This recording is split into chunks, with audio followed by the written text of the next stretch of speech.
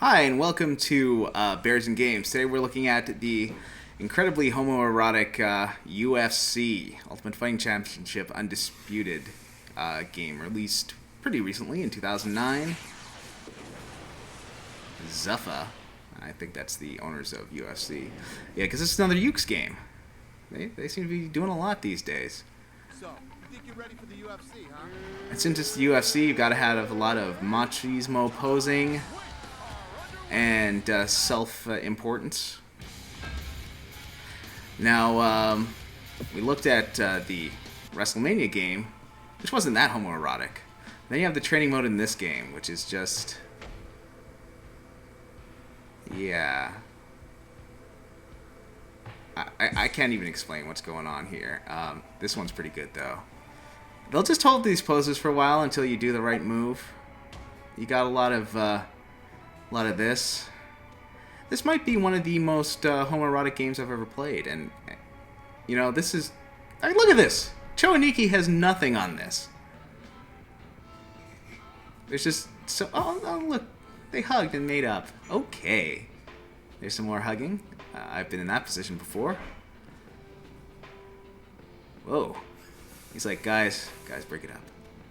Well, okay. So yeah, there's you start by making a create a character, which turns out much better looking than Legend of WrestleMania, with the downside of not having the flexibility of Legend of WrestleMania. And it starts off with a head shape that kind of looks like an alien. I don't think anyone has that high of a skull. So you kind of got the tubby build, and I'm trying to make myself here. Can't get the head shape quite right. And the body hair is that short and curly body hair versus the kind of long and straight one that a lot of guys have, like myself included. So it's not exactly perfect. Let's see. And then you've got your shorts, which is about the only really gay thing you can do in the game is put on these teeny tiny little tight shorts. So I'll go with the whites. And there we go. So it's not an incredibly accurate version of me. I have a shorter face. That's the best you can do with the tools at hand. Here's this douchebag again. Now it comes down to a single question, and you have to ask yourselves. Yada, yada, yada. So, here's some of the fighting. Actually, the fighting's really good.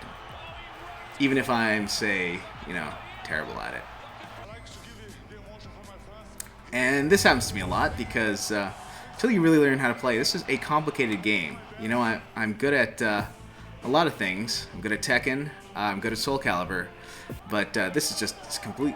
look at that. It's just a completely different game in terms of fighting. And the physics and the modeling are amazing. Thumbs up for that. And as a hardcore gay porn simulator, you get my thumbs up too, because it does kind of look like those guys in those rough, back house of the Lone Star kind of filmed videos. And for whatever reason, whenever you're just in menus, you get these guys rambling all the time. And I wish you could turn that off. You probably can. I just couldn't figure out how. So here's me doing a little bit of sparring. I gotta work on my defense, I guess, and takedowns and stuff. This game, I rented it, but I wouldn't mind actually playing some more. I'd put this in the $20 game market, something I'd play for $20. And there is a bit more of the bro hugging and fist pumping and stuff. Yeah. This game takes itself, I think probably UFC in general, takes itself so damn seriously. And so into the bro culture that it's kind of weird that wrestling, by comparison, is not taking itself anywhere near as seriously. Oh, hey, Ultimate Knockout. I got some achievement there. But yeah, you think of wrestling, I mean, if you've watched any of the interviews, they take everything incredibly seriously. They're always saying, this is the ultimate fight and the biggest battle in the world. But in this game, ooh, jeez, look at that. Yeah, the replays in this game are pretty amazing. I gotta say, it surprised me by being much, much better than I was ever expecting. Not gonna make me like UFC, but it'll make me like the game. So anyway, I was saying, that UFC, just the culture around it is so weird and repellent, and just that kind of, I mean that's what Bruno I think was going for with its UFC scene at the end, just how they're trying to mask the homoeroticism of it with just it being the ultimate in masculinity. But the thing is, when you talk about something being the ultimate in masculinity, that is homoeroticism. Like Village People, they're all masculine icons. Oh, nice.